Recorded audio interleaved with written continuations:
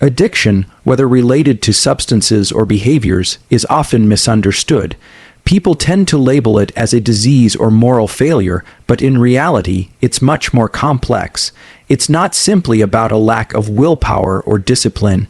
Instead, addiction often stems from deep emotional pain, trauma, or psychological struggles.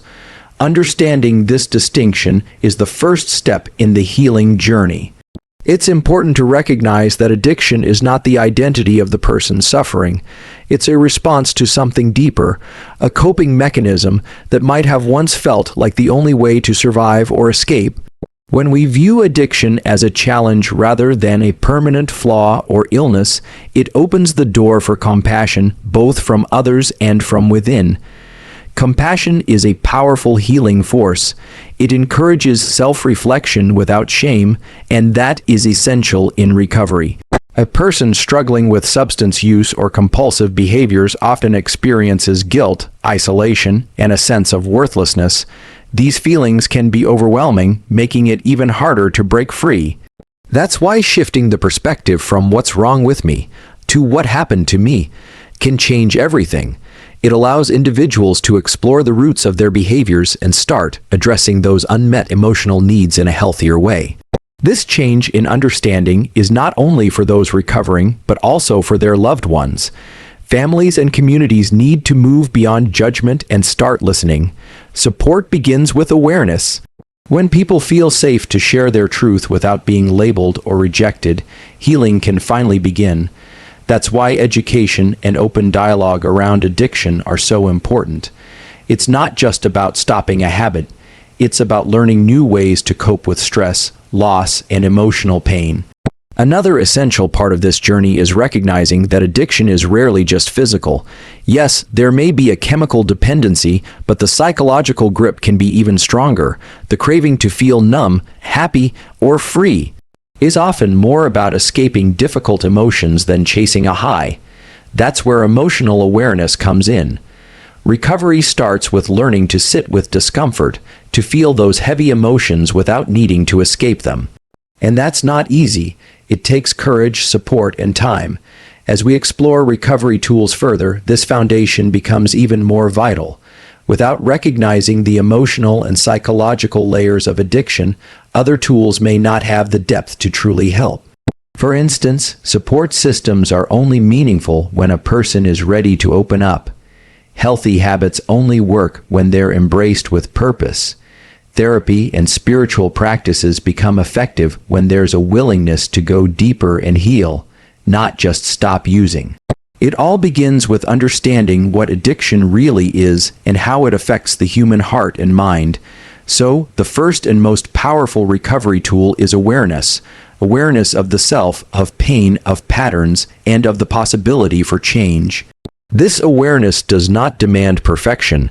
It simply invites honesty. From that honest place, everything else becomes possible.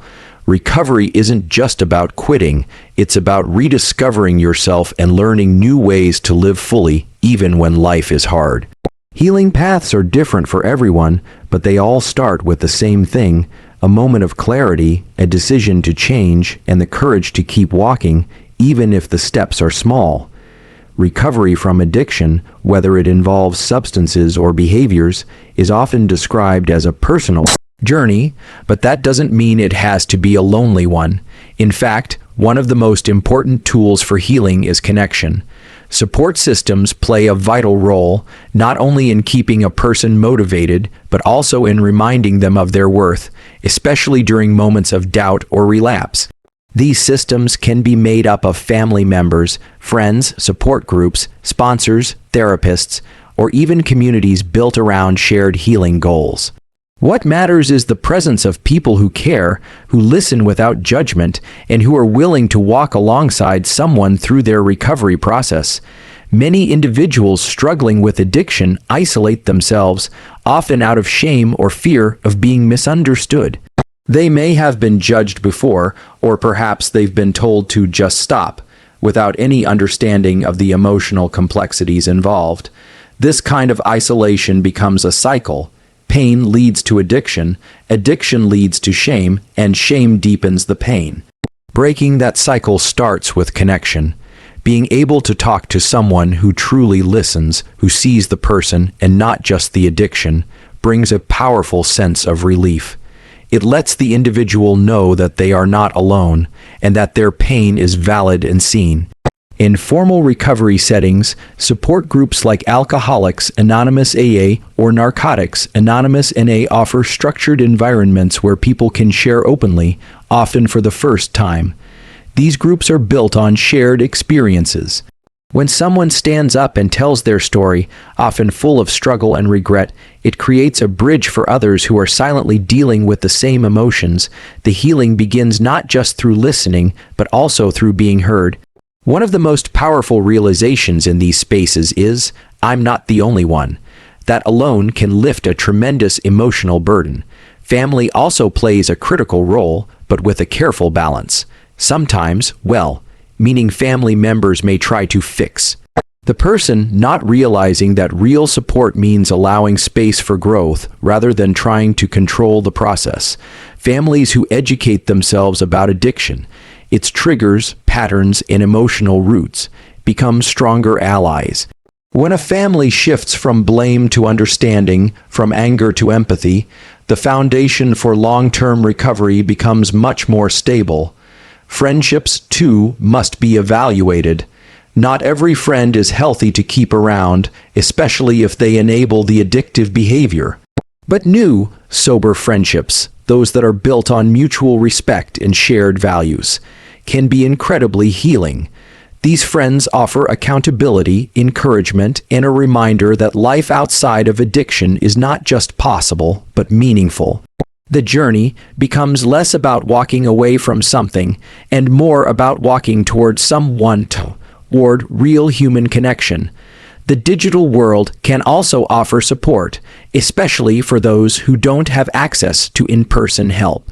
Online forums, virtual therapy sessions, and recovery apps create communities that are only a few clicks away. Even when geography or stigma makes it hard to reach out in person, the internet can provide an unexpected lifeline. Ultimately, the strength of any support system comes from authenticity.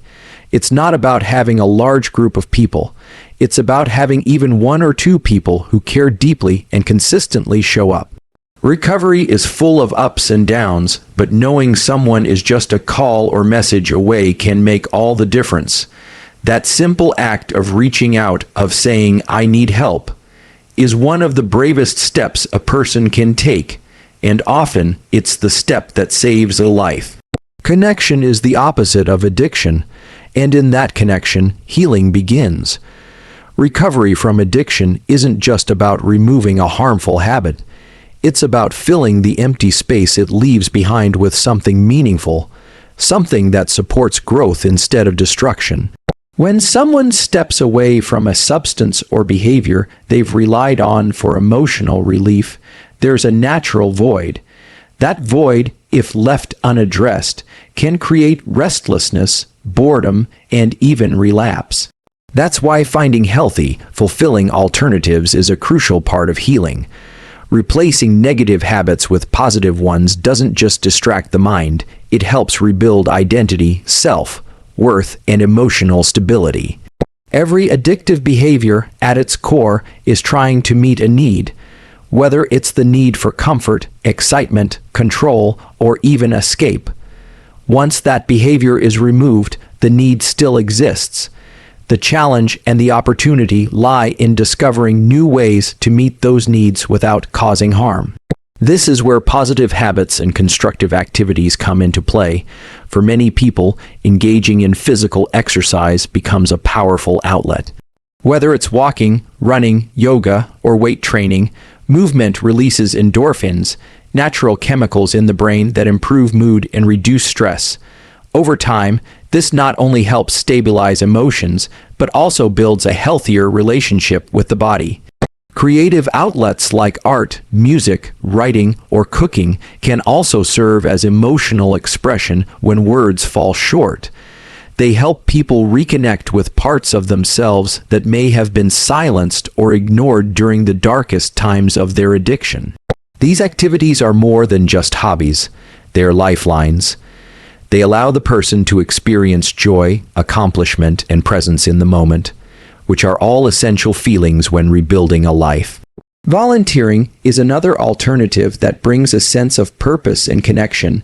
Helping others, especially in communities that understand the struggle of addiction, not only keeps a person grounded, but also reminds them that they have something valuable to offer. Recovery is not just about healing oneself, it's also about rediscovering the ability to impact others in a positive way.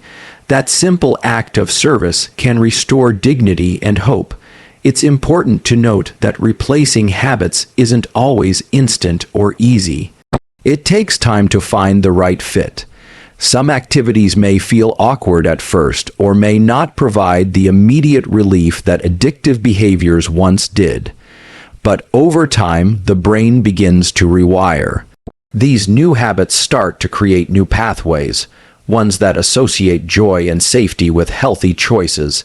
This is known as neuroplasticity, the brain's ability to adapt and change. It's a reminder that recovery isn't about fighting yourself, it's about retraining your mind and giving yourself new tools to work with. Routine also becomes a key part of this process. Developing a daily structure that includes positive habits helps reduce the chances of falling back into old patterns. When the day is filled with intentional activities, the mind has less space to dwell on cravings or regrets. Even simple habits, like starting the day with a mindful moment or ending it with a gratitude journal, can make a noticeable difference in emotional health. Another important aspect is celebrating small victories. Every day, a person chooses to engage in something positive instead of falling back into harmful patterns is a step forward. It's essential to acknowledge those steps, even if they seem small. Progress in recovery is rarely dramatic. It's gradual, and it's built one habit at a time. In the larger picture of healing, replacing negative habits with positive ones is more than a coping strategy. It becomes a new way of life. It's how someone begins to enjoy being alive again, to find moments of peace, pride, and possibility in everyday actions. And that sense of possibility is what keeps the journey moving forward. Recovery is a deeply personal journey, but no one should feel they have to navigate it entirely on their own. Beyond the support of family and friends, professional guidance plays a powerful role in helping people truly understand and change their relationship with addiction. Therapy and counseling offer more than just a place to talk. They offer a structured, compassionate, and evidence-based approach to healing. Many individuals battling addiction carry not only the weight of dependency but also unresolved trauma, anxiety, depression, or low self-worth. These underlying issues often fuel the cycle of addiction, and unless they are properly addressed, true recovery can remain out of reach. Professional therapists are trained not just to listen, but to help people see patterns in their thoughts, emotions, and behaviors. One of the most effective approaches is cognitive behavioral therapy, CBT, which helps individuals recognize the connection between how they think, how they feel, and how they act. For example, someone may have the thought, "I'm a failure," which creates feelings of hopelessness, and that emotional state may trigger the urge to drink or use. CBT helps break that cycle by teaching people how to challenge negative thoughts and replace them with healthier ones. Another powerful therapeutic method is trauma-informed therapy. Many people with addiction have experienced childhood neglect, abuse, or other forms of trauma that continue to affect them long after the events are over. A therapist trained in this area knows how to create a safe space where those deep wounds can be gently explored and gradually healed. It's not about reliving pain, it's about finding ways to move through it, with care and without shame. Therapy also provides accountability. When a person commits to regular sessions, they begin to develop a rhythm of self-reflection. That consistency helps maintain focus and motivation, especially during the hard weeks when everything feels heavy or progress feels slow. In those moments, a counselor can offer perspective, remind the person of how far they've come, and guide them through setbacks without judgment. This kind of support can be the difference between giving up and continuing on. Sometimes individual therapy is supported by group therapy.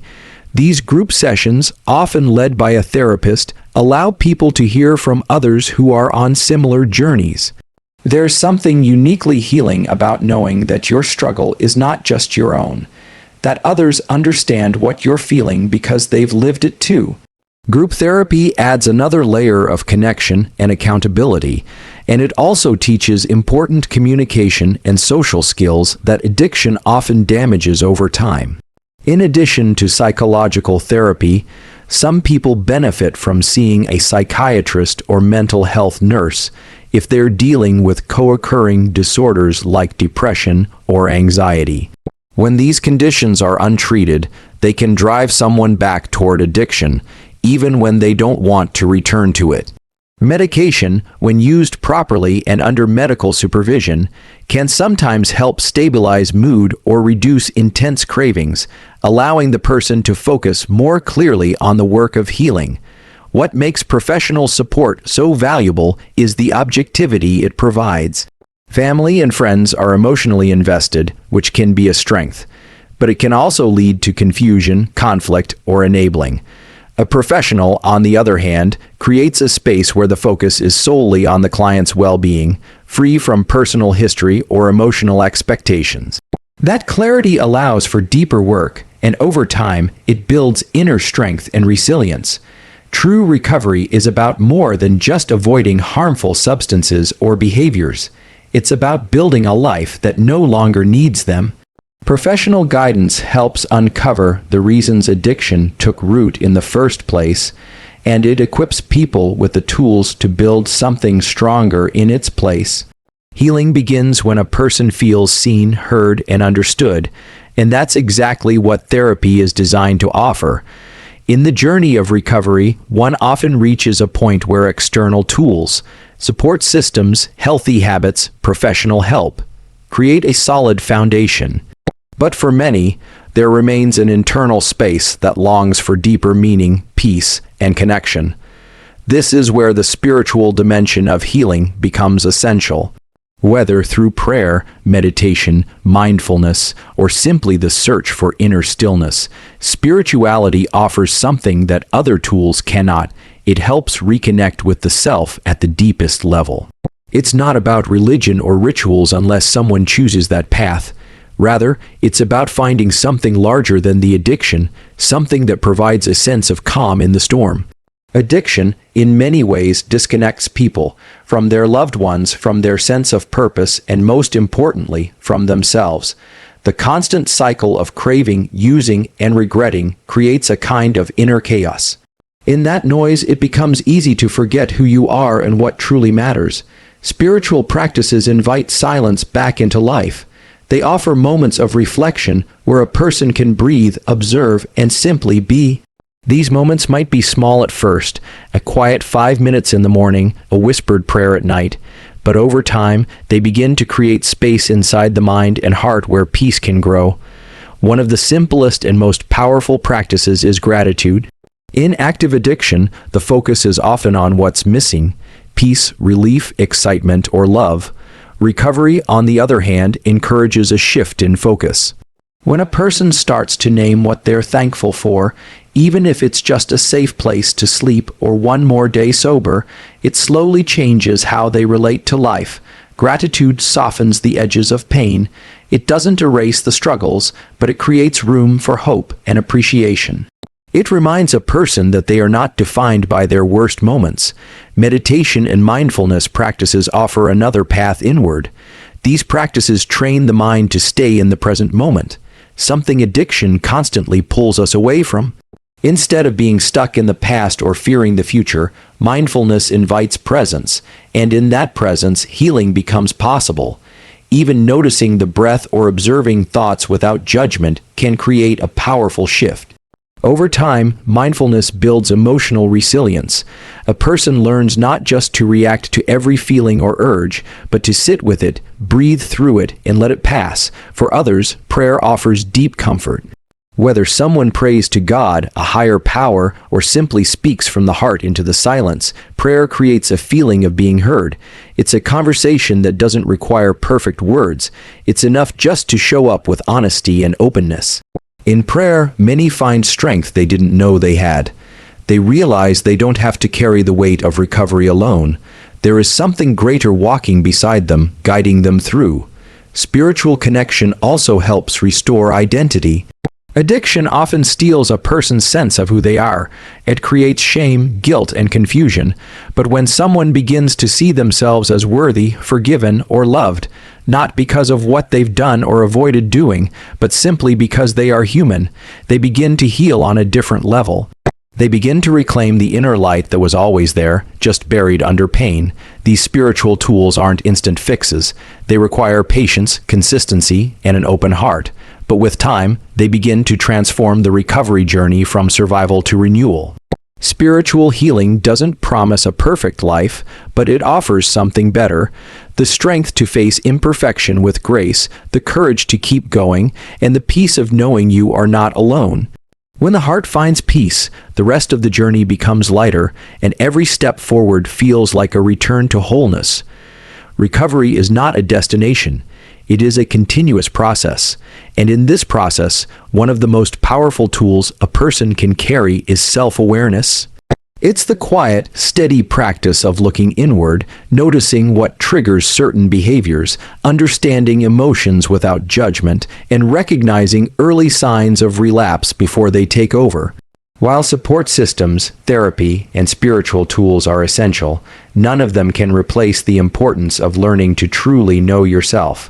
Self-awareness acts like a compass. It doesn't eliminate the storms, but it helps you steer through them. In the early stages of addiction recovery, many people feel lost in their own emotions.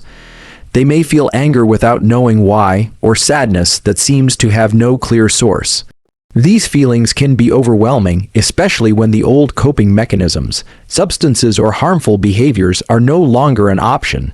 This is where self-awareness becomes essential. It teaches a person to pause and ask, what am I feeling right now? Why am I feeling this way? What do I need in this moment? These questions, though simple, create space between the emotion and the reaction. In that space, healthier choices become possible. Journaling is one practical way to build self-awareness. Writing down thoughts and feelings helps externalize what's going on inside. It becomes easier to see patterns. Perhaps a certain kind of stress always leads to cravings, or maybe specific people or places bring up difficult emotions. When a person can identify these patterns, they gain the power to change them. They begin to make choices from a place of clarity rather than impulse. Mindfulness practices also support this process. Sitting quietly and observing the breath, the body, or even thoughts as they rise and fall helps develop a non-reactive mind. Instead of automatically acting on every urge or emotion, a person begins to witness them. And in that witnessing, they learn something essential. Feelings are not facts, and urges do not need to be obeyed. This internal strength becomes one of the greatest defenses against relapse. But self-awareness isn't only about avoiding triggers. It's also about recognizing growth and celebrating progress. Many people in recovery are so focused on what they've lost or what they still have to fix that they overlook how far they've come. Noticing the ability to sit with discomfort, to ask for help, or to make one good choice in a difficult moment, these are signs of transformation. Self-awareness allows a person to honor those victories, and those victories become motivation to keep moving forward. Another critical part of self-awareness is being honest about setbacks. Relapse, for some, can be part of the journey. But it's not a failure, it's information. It's a signal that something needs more attention, more support, or more compassion. When a person has developed self-awareness, they are more likely to respond to a relapse not with shame and isolation, but with curiosity and responsibility. What led to this? What can I learn? What needs to change? These questions turn a painful moment into a stepping stone. It's also important to remember that self-awareness grows over time. It's not about being perfectly in control or having all the answers. It's about being willing to stay present, even when things are uncomfortable. It's about listening inwardly with kindness, not criticism. The more this practice is cultivated, the more stable and fulfilling recovery becomes. Ultimately, self-awareness reconnects a person with their own truth. It teaches them that their thoughts and emotions are part of them, but they don't define them. It allows them to respond rather than react, to reflect rather than escape. And in that ongoing process of listening, learning, and growing, true healing takes root.